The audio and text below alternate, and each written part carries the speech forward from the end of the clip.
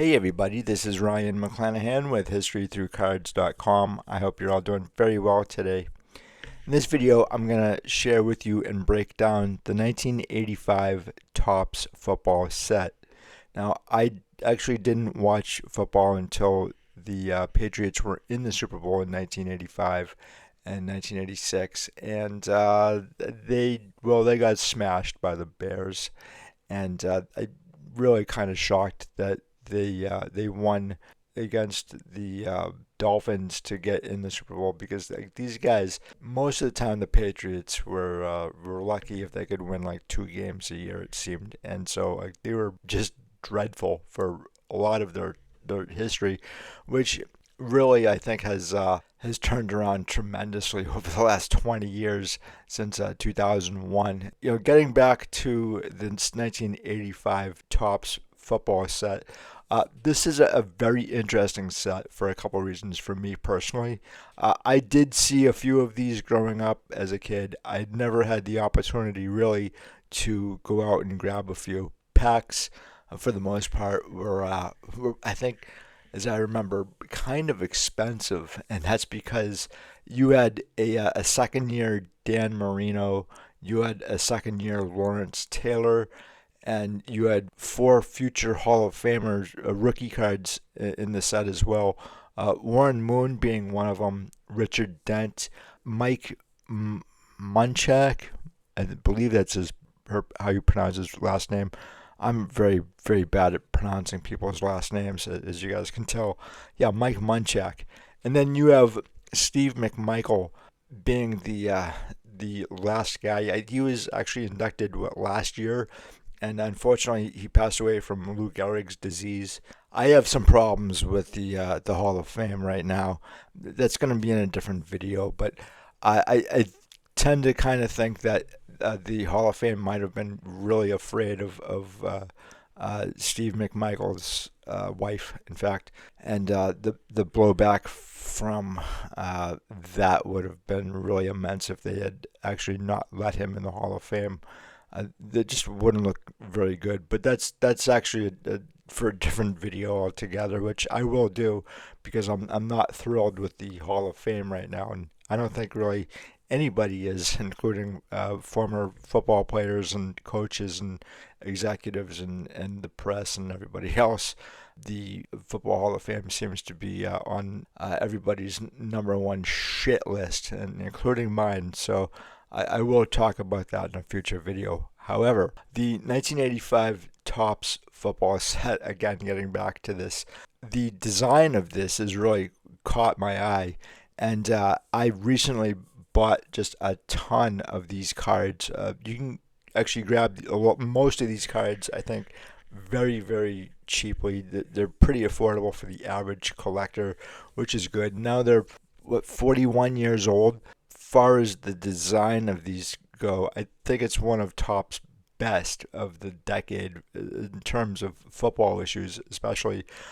I am a big fan of their 1981 and 82 football sets, but this one kind of seems to stand out. First, you have a very nice black bordered card, which unfortunately they do chip quite easily.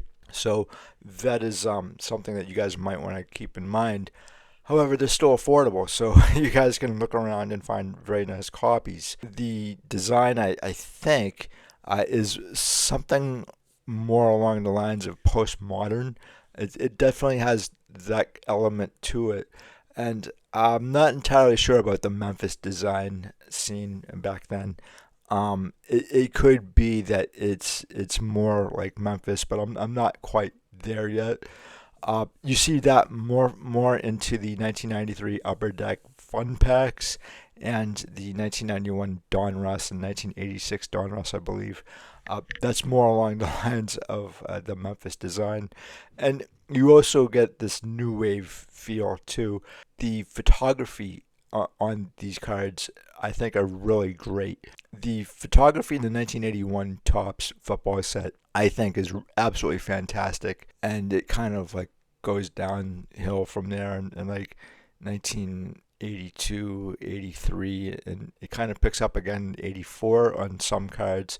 And then in 1985, they really got some fantastic photography here. But I did find an article from 1985 mentioning these specific cards, and I want to tell you guys about that today, along with some of the players in this set, which I think you guys might enjoy. So here we go. This is from the Green Bay Press Gazette, September 9th, 1985. Cards, No Big Deal for Packers by Brian White. Eddie Lee Ivory was sitting by his locker after a Green Bay Packers practice recently, laughing at himself. Well, he wasn't actually laughing at himself, but at his picture on the 1985 Topps football cards. He also laughed at Ezra Johnson's and James Lofton's cards. Lofton stopped by and remarked how old he was looking on this year's card. Both agreed that Johnson looked funny. Aside from that, though, they didn't know much about them, how they came about, who took the pictures, etc. This year's edition of National Football League's cards feature 10 Packers: Ivory, Lofton, Johnson, Lynn Dickey, Tom Flynn, Mike Douglas, Mark Lee, Bucky Scribner, Tim Lewis, and Paul Kaufman. They are picked through a complicated process by the marketing people at Topps Chewing Gum Inc. in Brooklyn, New York. Surveys are done, names are fed into a computer, and there you have it. The 10 Packers Topps feels are most popular. It's a scientific and complicated process, said Topps spokesman Norman Liss. Our market research determines which players will be identified on a national basis. There are a lot of factors which are not closely defined. We deal with the interests of youngsters ages 7 to 12. It is done on the basis of who they will want. This year's research showed that kids would rather collect cards of Packers defensive backs or Bucky Scribner, who was waived last week. We're in the children's entertainment business, Liss said. We look at the popularity at that level. We're constantly researching that to provide what they want. Topps is most famous for its baseball cards. This year's baseball series includes 792 cards, whereas the football series has 396. Baseball players are directly rewarded for being selected, receiving $250 plus royalties based on sales. Football players, however, get nothing. All proceeds go directly to the NFL Players Association. Liss said that is because baseball's farm system makes it easier to know which players might be future stars. We are unable to arrange individual contracts in football because it's impossible to know who's coming up, Liss said. The way to do it is just to pay the Players Association a yearly amount in royalties each year. This is from Sports Illustrated, May 1st, 2025, by Horatio Ruiz. 1985 Topps football cards, a unique set with scarce PSA 10s. 1985 Topps football has a unique look with a standout black border and player names in jumbo lettering. The condition-sensitive black borders have made some cards very scarce in gem mint condition. No football set like 1985 Topps football has been created before or since. The cards are distinguished by their horizontal orientation, black borders, and player names in large font. The distinct black borders, however, make for the most intriguing part of the set. Like 1971 Topps baseball's black borders, 1985 Topps football cards are tough to come by in top shape. The black borders are prone to chipping and easily show edge wear and corner wear. With just 3 Hall of Fame rookie cards, actually that's now 4, the set has some of the most difficult to find cards in gem mint condition. For example, PSA graded Hall of Famer Richard Dent's rookie card more than 1,800 times, with only 22 examples designated gem mints, a 1.2% gem rate. However, not all gem mints are handled out equally. For instance, fullback Gene Shuley, a Chicago Bears legend, has had his card graded just 159 times by PSA, but it has yielded 28 gem mints, 6 more than Dent with 1,600 fewer submissions. Or take 9-year veteran cornerback Willie Tullis's card. The card has received 23 gem mint grades in just 94 submissions for a 24.4% gem rate.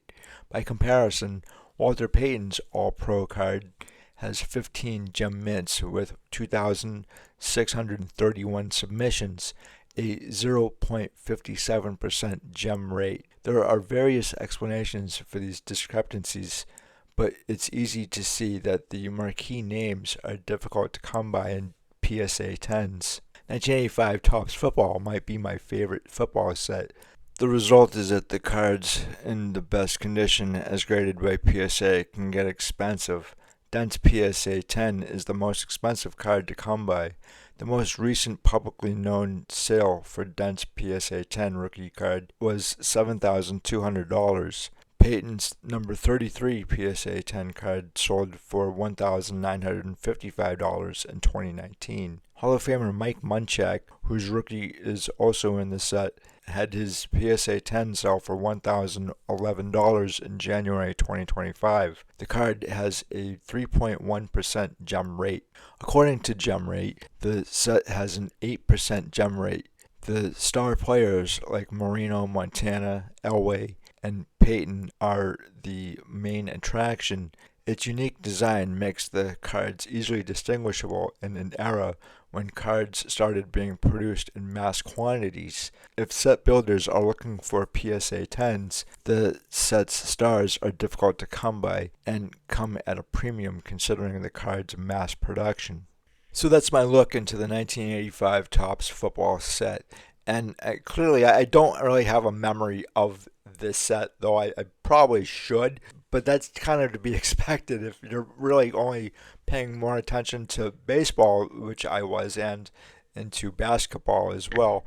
It was kind of a dead time for basketball, to tell you the truth. And really the only thing that I knew of was baseball, because baseball is like breathing. That's how I look at it. But football, especially like in the 1960s, 1970s, 1980s, that's a time where I am now just getting to and doing the research on the players and the sets and what it was like for football for the NFL during this time. And for me, it's all history, right? And I really kind of enjoy doing the research on this stuff, but I would love to hear what you guys have to say. If you collected this set or these sets, like say 81, 82, 83, 84, 85, whatever, throughout the 1980s, I would love to hear what you guys have to say about these cards. And I never really saw them as a kid, as I said before.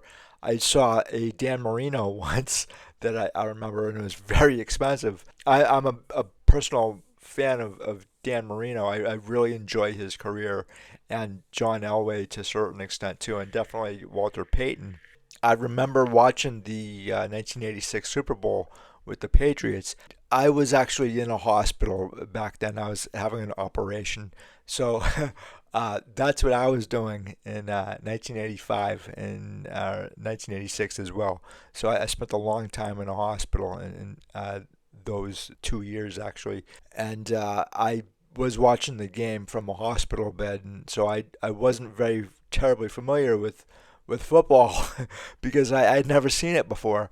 But I'm very interested in the history of the NFL and the players of the past and some of the present. I'm still learning, which is awesome, and I want to hear what you guys have to say about this particular set. And if you collected these cards back then, who were your favorite players too, and your favorite teams, and any recollections that you may have.